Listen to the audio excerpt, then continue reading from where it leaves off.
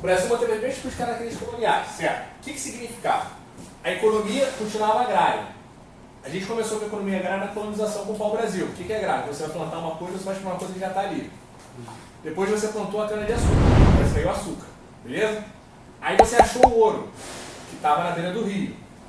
Aí o ouro acabou, a galera tirou o ouro pra caramba ali, você teve que fazer uma nova coisa. Aí você descobriu que tinha esse tipo de produto aqui. Que era interessante você plantar, não porque ele era gostoso, que a galera daqui gostava de beber, mas porque tinha alguém lá fora querendo comprar. Beleza? Só que eu pergunto, quem foi o tipo de trabalhador que cultivou e permitiu a operacionalização disso tudo? A escravidão no Brasil começou no Império ou na colônia? Na colônia. Ela continua no Império. Repara, características coloniais foram mantidas. Uma delas é a ideia da escravidão. Eu estou repetindo escravidão aqui, escravidão em algum lugar aqui. Beleza? Por que o Brasil escolhe manter a escravidão? Economicamente favorável. Economicamente favorável, desculpa. Não tinha? Sem ser a do escravo? Então, economicamente favorável é um ponto para a gente começar. Por que economicamente favorável?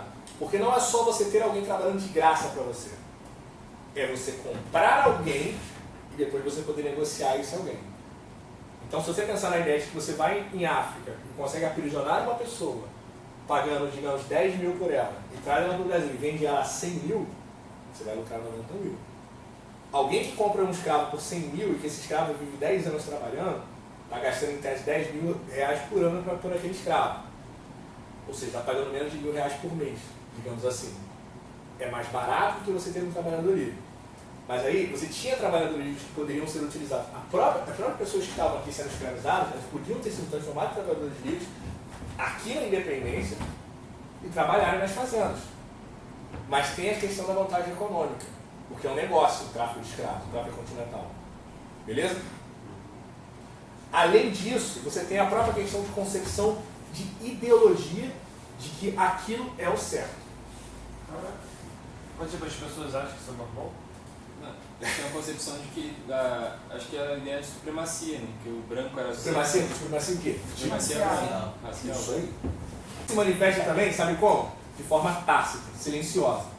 Quer um exemplo? Segurança civil. Cite o nome de algum político ou algum empresário rico, famoso no Brasil, negro. No Brasil, que vocês lembrem. Não vai falar de jogador de futebol.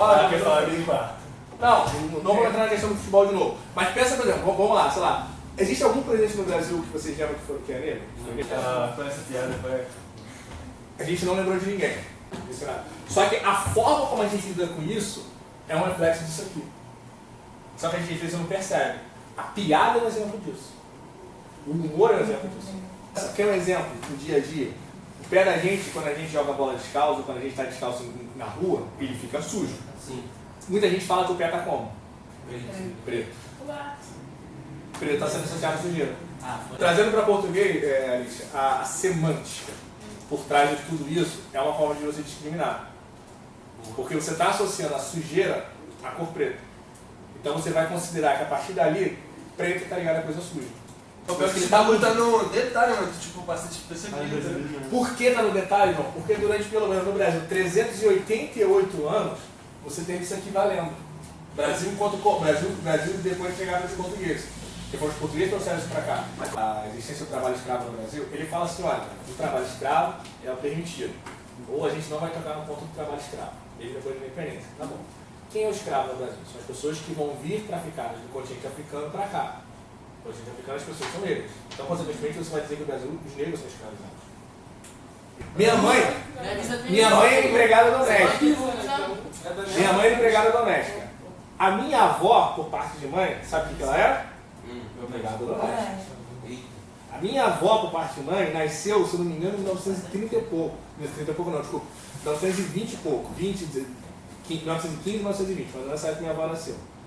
Minha bisavó também trabalhava em casa de família. Mas a minha bisavó trabalhava em casa de família, da família que a alforriou. Então tenho 3 gerações da minha vida que seguiram a mesma carreira. Minha empregada doméstica. Oi? É, mas no caso porque ela pegou a Lei Áurea, 1808. Ah, tá. A minha avó da minha avó, quer dizer, minha bisavó, minha avó e minha mãe. Tecnicamente, eu também deveria seguir eu poderia ter seguido esse caminho. Entendeu? Não segui.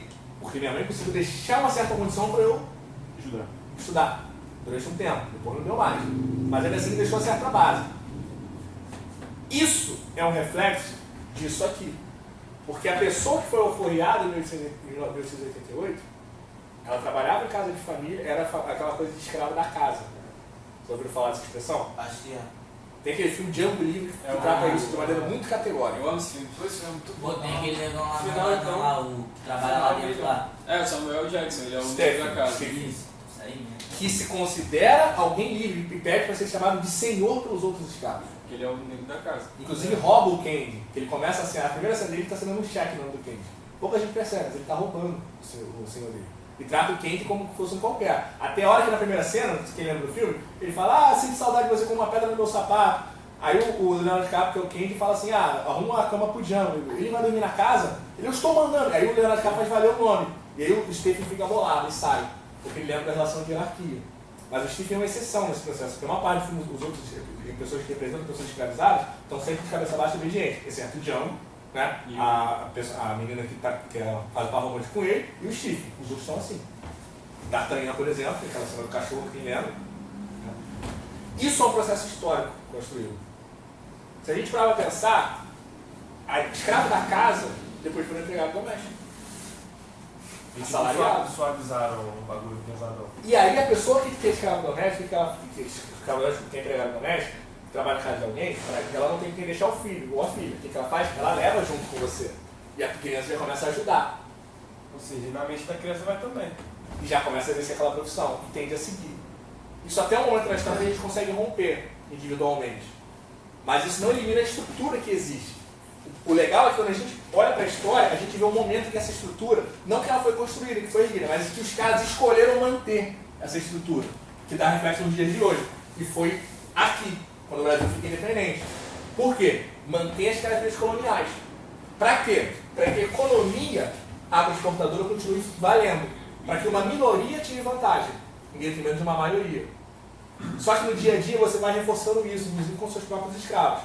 Reforçando situações em que o cara se sente beneficiado, como por exemplo, comendo uma alimentação melhor. Se você colher mais pés de café, mais grãos de café, você vai ganhar mais alimentação do que o outro.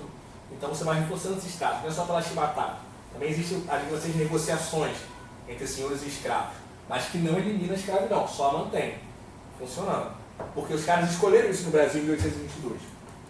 O Brasil vira um novo país, mas ao contrário do Haiti, só o Haiti que de certa forma tem essa preocupação de cara com a escravidão, porque a independência lá foi liderada por esses escravos. Os Estados Unidos, por exemplo, mantém a escravidão de boa. E o Brasil faz a mesma coisa. Os Estados Unidos vão abolir primeiro que o Brasil. O Brasil, em tese, é o último abolido no mundo. Mas o Brasil tem a mesma pena. Só que isso é uma escolha dos caras que proclamaram a nossa independência. Do Dom Pedro, da galera que está ali ao seu redor. Então, tipo, a independência já acontecia, a escravidão acontecia. Os caras fizeram a independência, aí eles poderiam muito bem parar ou continuar. E se eles tivessem parado, ia mudar então. Aí os safados continuaram com a escravidão. Porque ele interessava economicamente para a galera. Seja para essa questão que o Marcos falou da questão da rentável, e aí a gente pode pegar a questão do próprio tráfico de escravo, seja... Oi? Hierárquico. Hierárquico, em que você tem uma ideologia que acha isso certo e natural, e essa ideologia ela não perde a sua essência, ela vai mudando com o tempo, mas ela vai se adaptando dentro de novos contornos, e aí o humor é um ponto importante nisso hoje em dia. Parece que não, mas as piadas reforçam concepções. Você, na piada você não está zoando o outro lado. Esse outro lado, se está sendo zoado, é sendo diminuído. Entende? Para um outro lado ficar melhor. Quando a gente fala do exemplo do leão em relação ao camarões, é um pouco disso. A gente fala assim, em África a galera corre muito porque ela fica correndo para pegar zebra no meio da savana. Não. Por quê? Porque não dá para tu pegar uma zebra correndo, a zebra corre mais que você. O zoar uma pessoa, zoar outra pessoa, não chega a ser um problema se a outra pessoa não se sentir ofendida.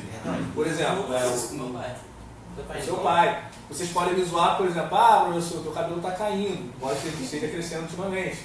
Vocês podem me zoar com mentiras, o time que você torce só perde. Não, isso aí não é mentira. Isso é válido. A questão é que quando você cria uma estrutura de zoar sempre um determinado tipo de pessoas de um determinado jeito. E aí quando você vai para as piadas raciais, isso acontece. Piadas racistas, isso acontece. Beleza? Tipo o famoso humor negro que as pessoas falam. O próprio termo humor negro, como a gente conversou aqui, já é um termo racista. Só que aí você tem dentro dessa polarização política que a gente tem hoje em dia, um determinado grupo que acha que as piadas racistas elas não são estruturais, elas não fazem parte de uma coisa maior, que elas são fruto de uma relação pessoal de quem zoa com quem é zoado, inclusive do zoado aceitar. Quem que é xista? Eu tenho dois amigos meus, um ficou muito famoso por causa desse joguinho 2x2, que o pessoal joga no Society. Essa é maneiro. Ele ficou muito famoso por uma piada racista com um jogador de 2x2. Acho que a galera achou que era meio engraçado e começou a seguir ele. E aí teve uma expansão nas redes sociais, porque a internet tem isso. E aí uma galera que concorda, que chama isso de mimimi, criou um conceito de que, olha, se é racismo você zoar uma pessoa negra por ela ser negra, então é racismo você zoar uma pessoa branca por ela ser branca, como o termo que você usou, pálido. Essa é a ideia do racismo reverso. Ela é uma ideia que conceitualmente ela pode até fazer sentido, só que ela esquece de um fator histórico. Você não tem 388 anos escravizando brancos no Brasil. Você não tem. O que você tem é 388 anos, galera, inclusive um país independente que você tem um imperador como Dom Pedro I, que era branco, e que para tomar banho tinha sua banheira enchida por baldes de água. Quem enchia a banheira de Dom Pedro? Escravos. Escravos negros. Então, se você quiser conceder uma ideia de reversão do racismo oficialmente, beleza. Então vamos ficar 388 anos escravizando brancos no Brasil. Aí depois você pode falar de racismo reverso. Rapidinho, galera, o Eric tocou num ponto interessante, a questão da mistura. Só amarelo. Essa ideia, o termo para isso é miscigenação. No Brasil, durante um tempo, ela era vedada, proibida. O que você tinha em alguns casos era relações pessoais de sujeitos brancos, sejam homens ou até mesmo mulheres, com escravos, pessoas escravizadas negras. Dava origem a filhos, tecnicamente, bastardos, filhos não reconhecidos. Em muitos casos, era comum o senhor escravo ter uma relação, seja consentida ou um abuso sexual em relação ao seu escravo, dar origem a um filho, e esse filho não nascer, digamos assim, em termos de cor de pele negro, mas ele escravo. E aí, sabe o que acontece? O senhor escravo adotava aquela criança ou apadrinhava o seu próprio filho. Daí vem a noção de padrinho, de apadrinhamento. Sim, o cara não pode assumir o filho de um escravo. Por quê? Porque ele é casado, porque ele não quer, porque ele violentou a escrava. Então o que o cara faz? Ele vai apadrinhar a criança e não vai deixar ela ser escravizada. Ela vai ajudar em casa, talvez. Se for um menino, vai ajudar em outras atividades. Mas ele não vai ter aquele tipo de trabalho braçal que tem os outros escravos na fazenda. Mas isso é uma coisa meio extraoficial. Só que no dia a dia, no cotidiano, isso acontece em larga escala. A maior parte dos casos, hoje em dia, entende-se por violência sexual. Em que a pessoa estava sob o domínio de outra, no caso uma mulher, domínio de um senhor como escravo na casa, como o tempo que o pessoal usava, e ela foi violentada dentro do lar. E aí engravidou. E aí deu origem a uma criança que, por, digamos assim, ligação afetiva, entre aspas, que havia do senhor escravo com aquela criança, ela não vai ser tratada como um escravo qualquer. Ela vai ter algumas, digamos assim, benefícios, inclusive a alforria, de não ser escravo, mas ela não vai ser tratada como filho do senhor da fazenda. Não vai ter direito às terras quando o cara morrer nem nada. Vai ser considerado pelos hipóteses um filho bastardo daquele cara. Então, voltando nessa manutenção de características coloniais, o que você tem em essência? Você precisa confirmar tudo isso. Quando você cria um novo país, você precisa confirmar como esse país vai funcionar. Desde o iluminismo, quando a gente falou do iluminismo, lembra? Aquela coisa da razão e tudo mais, a galera começou a criar a ideia de que as regras precisavam ficar bem estabelecidas, tanto dos governantes quanto dos governados, tá bom? Então, no Brasil, por exemplo, para oficializar tudo isso, você cria um negócio chamado Constituição. No Brasil ela vai ser chamada, muito comum na prova, a Constituição de 1824. O que é a Constituição de 1824? 1824 é o ano que essa Constituição começou a valer, que ela foi, o pessoal chama, outorgada. Tá bom? Mas vocês precisam só associar, eu peço associar o ano à palavra Constituição, que é o ano em que o Brasil tem a sua primeira Constituição. O que é uma Constituição? Você sabe, um documento que tem a Constituição de 1924 é um documento em que você tem as regras ela vai ser uma espécie da lei maior do país sobre o que você pode ou não pode fazer no país. Na Constituição do Brasil, em 1924, você tem um ponto interessante que é o seguinte: quando o Brasil ficou independente, Dom Pedro proclamou a independência, ele falou assim: olha, vamos fazer uma Constituição de brasileiros cobrar. Não, a gente vai ser independente, mas a gente quer ser governado por uma Constituição, igual nos Estados Unidos, por exemplo, que é um documento escrito, imperador, o que você pode fazer, o que a gente tem que fazer e tudo mais, e assim a vida continua. Nisso, um grupo de pessoas se reuniu num negócio chamado Assembleia Nacional Constituinte, tá bom? Uma assembleia que é um grupo de pessoas nacional de todo o país, constituinte, que é para fazer uma Constituição. Tranquilo? Tranquilo? E lá a galera começou a colocar tudo que era de ideia que poderia envolver esse novo país chamado Brasil, inclusive o próprio nome do Brasil. E aí a galera, um dos grupos lá colocou: pô, a gente pode bem abolir a escravidão no Brasil, hein? Proibir o tráfico de escravos no Brasil. Isso chegou a ser discutido no projeto que daria origem à Constituição no Brasil. O primeiro texto, que não foi o texto que ficou no final, mas o primeiro texto rascunhado, sem notícia, trazia a abolição da escravidão como uma coisa que ia acontecer no Brasil, não agora, daqui a um tempo. Uma abolição lenta, segura e tudo mais. Mas a galera levou isso em consideração. O que é interessante perceber é que nesse documento aqui, a galera escreveu a forma como ela queria que o Brasil fosse estruturado depois da independência. Então, por exemplo, quem deveria governar o Brasil depois da independência? O imperador, Dom Pedro como imperador, Dom Pedro como presidente, fazer uma eleição para escolher um cara novo, ia ter eleição de quanto tempo, não ia ter eleição. Esse tipo de ideia ficou prevalecendo. Mas, foi discutido, mas o que prevaleceu foi a manutenção das características coloniais. Por exemplo, como é que Portugal governava o Brasil? Tinha um rei, ou uma rainha, como teve durante o período da Dona Maria I. Então o Brasil também tinha que ter uma espécie de rei. Ou seja, o Brasil ia ser um império.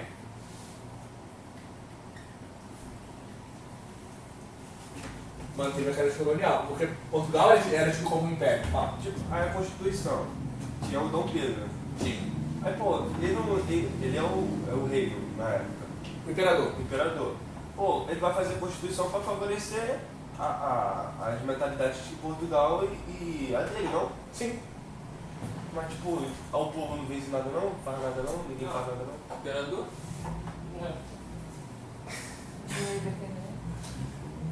Por que ele é o imperador? Por que alguém diz que um povo vai dizer que tal pessoa vai te governar? Por que a gente obedece aos nossos pais? Porque o teu pai não. Que isso aqui apanha. O teu pai não te bate hoje em dia. Não, hoje não, quando era menino. Dá mole. Dá pra fazer. Eu vou deixar fazendo o nome. Vou pegar esse exemplo nosso do cotidiano. Por que a gente obedece aos nossos pais? Primeiro, porque eles deram a vida. Tecnicamente, você saiu do ventre da sua mãe. E antes você estava, teu pai e sua mãe foi quem te... Eu respeito mesmo, tá? Hã? Eu respeito. O respeito se dá por alguns motivos. Um deles é o fato deles serem nossos pais. Outro, a gente parte da ideia, principalmente quando é criança, que nossos pais sabem o que é melhor pra gente. A gente vai botar o dedo na tomada? Não, Eric, não bota o dedo na tomada, senão você vai tomar choque. Você vai embora. Deu choque. Já avisei. Sério. É um pouco isso. A gente cria uma certa adoração em relação aos nossos pais. E a gente tem uma adoração de respeito. E começa a obedecê-los. Inclusive, depois de velho, a gente obedece. Mesmo adulto, mesmo não morando com eles, vocês vão obedecer. Não sei se alguém já não mora, mas se todo mundo morar com os pais, espero que sim, que morar com o pai e mãe é muito bom. Quer dizer, morar com a mãe, o pai eu não sei, mas com a mãe é muito maneiro. Exceto a minha filha, eu queria fazer o contrário, morar comigo e não com a mãe dela. Isso é muito mais maneiro ainda. Mas voltando, a gente cria uma concepção de que de que a gente tem que obedecer aos nossos pais. Com o governante é um pouco isso. Se a gente tem um cara que governa o país da gente, e esse país está tudo bem, está tendo emprego, a gente está tendo concurso, está tendo dinheiro no bolso, a gente acha que o cara está fazendo um bom governo. Então a gente acha que o que ele criar de lei, o que ele disser que tem que ser feito, a gente vai aceitar que é uma boa ideia. Pô, mas não tá rolando isso agora. Aí que tá. Tá rolando sim. Como? Pega o plano geral. O senhor tá nessa época ou tá agora? Não, agora vamos para essa época. Ah, tá. Pega o plano geral. Me perco. Por que Dom Pedro vai ser considerado imperador do Brasil? Porque vai ter uma galera que vai achar que ele merece governar. Por que ele merece governar? Primeiro motivo, Independência. proclamou a independência. Desgraçado. Quem puxou uma espada disse independência ou morte? Ah, mas um montão de gente morreu, pô. Sim. Imagem do Ipiranga. Montado em seu cavalo branco chamado Alazão. Alazão.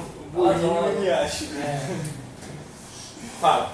Mas, tipo, na verdade não foi ele que mereceu esse soco. Um montão de gente morreu, pô. Ele só É, mas isso a gente acaba tendo como um fato menor na hora de contar uma história. Vou te dar um exemplo. Você gosta de filme da Marvel? Como eu? Gosto de filme da DC? Gosta de filme de heróis? Gosta de filme de ação? Mais ou menos, né, bom? É porque eu jogo de futebol, Pode pegar ideia no futebol, por exemplo. Você gosta de futebol, não é isso? Você fala isso, certo? Aquele segundo gol do Gabigol na Libertadores. Quem fez o gol? Quem deu o passe? Diego Ribas. Quem deu a bola pro Diego? O outro foi o Arrascaeta. O Rafa falou. Rafinha. Quem deu a bola pro Rafael? Quem deu a bola pro Rafael? Diego Alves. O goleiro. Que a bola tira pra fora. É isso? A gente lembra dessa narrativa. Só lembra do gol. Só agora eu lembro do gol. Só do gol. Quem é o herói da Libertadores? Você, quando constrói a narrativa, você cria um nível de herói que esse nível reforçado, contado, ele cativa e convence as pessoas. Ele foi o herói da Libertadores, mas quem jogou os jogos todos na moral foi o Bruno Henrique. Ganhava aquele troféuzinho de melhor jogador em campo o tempo todo. Exatamente, mas essa é uma Mas ele fez o gol da final. Então ele é o cara sinistro. Os dois. No Mundial, foi pra mim. É tipo O Henrique amassou. o bagulho dele foi na final, fez o gol. É. Você falou, muita gente morreu, beleza. O filme de como é?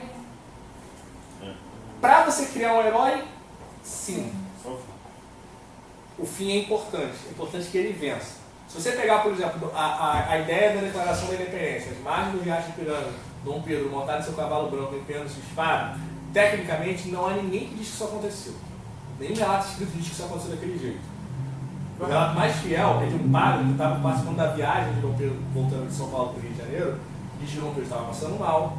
Ele comeu uma sopa de marisco, né? Hã? Ele comeu uma Tinha sopa. comido marisco, ele estava arriado na carroça, porque ele estava deitado, e toda hora a carroça ia fazer a comitiva fazer uma parada na beira do rio para ele se aliviar. Ou seja, estava com dor de barriga. Por isso que ele estava no riacho, entende? Que é onde você faz e a água leva. E aí você senta lá e a água limpa tudo. Ele tinha uma reunião também com Ou seja, na verdade, na prática. Então, na prática, você não vai contar essa história pra galera. Ele não estava arrumado um cavalo montado, ele estava num burro, porque faz longa distância. Rio, São Paulo, quem anda é burro, cavalo não anda de altura. É porque se machucar tem que. Ele tava no cavalo. Ele estava no burro. Tava no burro. Burro que faz longa distância. Burro Por você que não a anda- foto no cavalo? Oi? Por que a foto no cavalo? Foto não, o quadro. É, o quadro. Porque fica mais bonito. Mas a verdade fica chata. É isso. Ah, aquele peraí. filme A verdade é do chata. Hércules do The Rock, tem aquele. Excelente exemplo, o Iolaus. É. Que filme. Não sei quem é, o Hércules era o meu herói favorito na infância. Eu adorava o seriado do Hércules, que era um cara chamado Kevin Sorbo, lindo, maravilhoso, tinha o Lodge Lourinho, muito maneiro.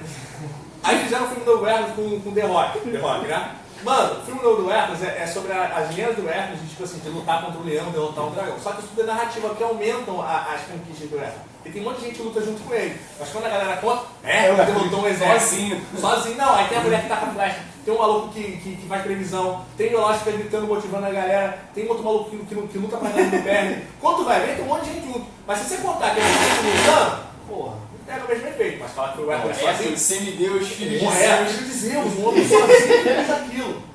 Aí você traz isso pro imperador. Foi Dom Pedro, filho de Dom João, que rompeu com o pai para provocar, para nos dar a liberdade. Teve a coragem de romper com os laços coloniais. Caraca, então o Brasil começou numa mentira. Todos os países nacionais. Caraca, que mano. Toda a história nacional é um conjunto de mentiras. Você cria heróis. É a base da história. Entendeu? Mentira, é base da história. Pra você criar coisas fantasiosas, coisas que convençam as pessoas, você precisa criar uma narrativa. Não é que você vai que as coisas não aconteceram. Elas só não aconteceram daquele jeito. Dom Pedro falou independência ou morte? Não, mas ele falou assim, provavelmente ele falou, se não tem mais o que fazer, vamos ficar independentes então. Porque É porque ele também recebeu uma carta, né? da esposa dele, A Dom esposa Pedro. mandou lá pra fazenda, aí pegou o mensageiro foi lá. E a esposa ela recomenda, fala, não, Pedro, não há mais o que fazer. Temos que provocar, temos que romper laços com Portugal. Ela mandou um bilhete, né? Ela mandou na verdade, são duas cartas que ele recebe. Uma do Então ele obedeceu a esposa. Não é que ele obedeceu a Não, esposa. cara. A esposa de Dom Pedro, Dona Leopoldina, nesse processo, ela era herdeira do trono austro-húngaro. que era um reino na Europa gigantesco. Ela foi uma mulher preparada, estudada a vida toda para ser rainha ou para ser princesa depois de rainha. Ela foi moldada, tanto que ela casa com o Dom Pedro por isso. Porque ela foi moldada para casar com um rei e se tornar rainha. E ajudar a governar. Então ela entendia dos ataques de política ali. Então quando ela vê as cartas de Portugal chegando, pedindo para que ele volte, ele falou que não ia voltar. A galera falando que vai mandar exército para cá, que o Brasil tem que pagar imposto e tudo mais. E ela fala, pô, a gente não quer fazer mais isso, então não tem mais saída. Vamos fazer o que os outros países do mundo fizeram nesse processo. Vamos romper os laços com Portugal. E ela fala, Pedro, se não tem mais o que fazer, vamos romper os laços com Portugal. E aí Dom Pedro concorda, realmente. Então vamos romper os laços com Portugal e proclamar nossa independência. Só que aí você precisa convencer a galera disso. Então quando o Pedro volta para o Rio de Janeiro, ele chega falando, pô, galera, estamos independentes. Como é que foi? Não, pô, ele montou um cavalo, punou sua espada perante seu exército e falou independente, sou morte. Caramba! Tem relato que Até isso não o foi um fim. exército, foi tipo um grupo de 5 pessoas. É uma coisa que tinha que ser, é tipo o segurança do imperador, sabe, que estavam com ele. É uma galerinha que foi lá em São Paulo e voltou com ele, né? Mas aí como é que você constrói isso? Aí você tem que ter uma Mas você não imagem. falou isso tipo numa guerra, não? Oi? Tem gente que fala, tipo, espada Eu e não descobri na verdade. Como se ele começasse uma guerra. Eu descobri na verdade. Não é assim que aconteceu. Como se ele começasse uma Mas, pô, nego vende essa narrativa, pô. Tipo, aquela guerra que o cara matou geral. Tá vendo muito filme, irmão? Com a espada de tiro e sangue. Mas é assim que você... Não é, Mas é assim, João. Mas também, não parece? Parece, pô. É assim que você começa a levar essa história pro povo. Quando ele chega no Rio de Janeiro, você tem que contar pro pessoal que o Brasil ficou independente. Como é que você vai contar? Pô, Dom Pedro mandou a independência. E como é que foi? Você tem uma imagem. Tem que estar quadro aí, irmão. Pra retratar a parada. Como? Da maneira mais heróica possível. Como é que era a noção de herói naquele período? De grandes conquistadores. Júlio César, cavalo. Napoleão, cavalo. Alexandre o Grande, cavalo. Os grandes heróis estão no cavalo. Dom Pedro vai ser herói, mas cavalo, irmão. Cavalo de cor. Aí ele vai achar assim, cavalo branco. Entendeu? Assim, Pedro vai estar diante de quem? Das tropas. Os militares. Mostrar que a força militar que tem um grande exército junto com ele proclamando a independência. Bota lá o exército na parada. Pode ver que o quadro que tem principal, que é o quadro do senador Pedro Américo, não é coisa tão Américo, agora fiquei na dúvida. Parece que tá tendo, o Dom Pedro está no centro, é como se fosse um rodamuinho assim em volta dele. Como se tipo assim, em torno dele virasse tudo, na ideia de centralização, para reforçar a ideia de império. Entende? Sim. Mas essa ideia acontece de forma proposital, a reforçar uma imagem na associação, na população do povo, de que você tem um líder, de que você tem um cara especial no comando. E não é só esse cara, é ele e a linhagem que vem dele, da família dele. Tanto que o Brasil vai ser um império hereditário. Por quê? O trono vai passar do imperador para o seu filho ou sua filha mais velha. É que tem aquelas paradas que falam de sangue azul, tipo isso. Isso.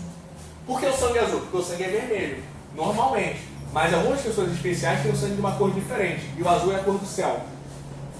Daí a ideia do sangue azul. Que é a ideia celestial, de você está conectado por sangue diretamente com Deus. Você é filho de Deus. Sabe de onde a galera tirou isso? Grécia. Exemplo, Hércules é um semideus, ele é filho de Zeus como humano. Quem é filho de Deus como humano na história bíblica? Jesus. Entendeu? A galera conecta as paradas. A galera gosta do filme do Hércules, se não me engano. E constrói esse tipo de narrativa. E aí você gosta de tipo de narrativa com relação a Dom Pedro. E aí você começa a lembrar que Dom Pedro veio de uma linhagem de famílias, de grandes conquistas em Portugal, que agora está dando todas as conquistas em Portugal para o Brasil. Que conquistas são essas? As conquistas das colônias na África e na Ásia. A chegada nas Índias pelo grande conquistador chamado Vasco da Gama. E aí os portugueses vão glorificar o nome de Vasco da Gama. E eles vão seguir nessa ideologia, por quê? A independência foi dada pela bondade de Portugal. Então não tem que a gente tem que ter raiva de Portugal não, galera. Até porque o nosso imperador é um português. E outro ponto. Dom Pedro nasceu dia 12 de outubro de 1791. Não vai cobrar. Não. Não é Fernanda, do Renascimento. É 12 de outubro de 1700, acho que é 89 ou 91, agora eu não lembro de cabeça. Mas é bem durante a Revolução Francesa. Dom Pedro nasce em Portugal. Ele cresce boa parte dele no Brasil. Ele vem para o Brasil na adolescência. Criança para adolescência, ali, 15, 16 anos de idade. Mas ele nasceu em Portugal. Ele é português. Ele é filho do rei de Portugal.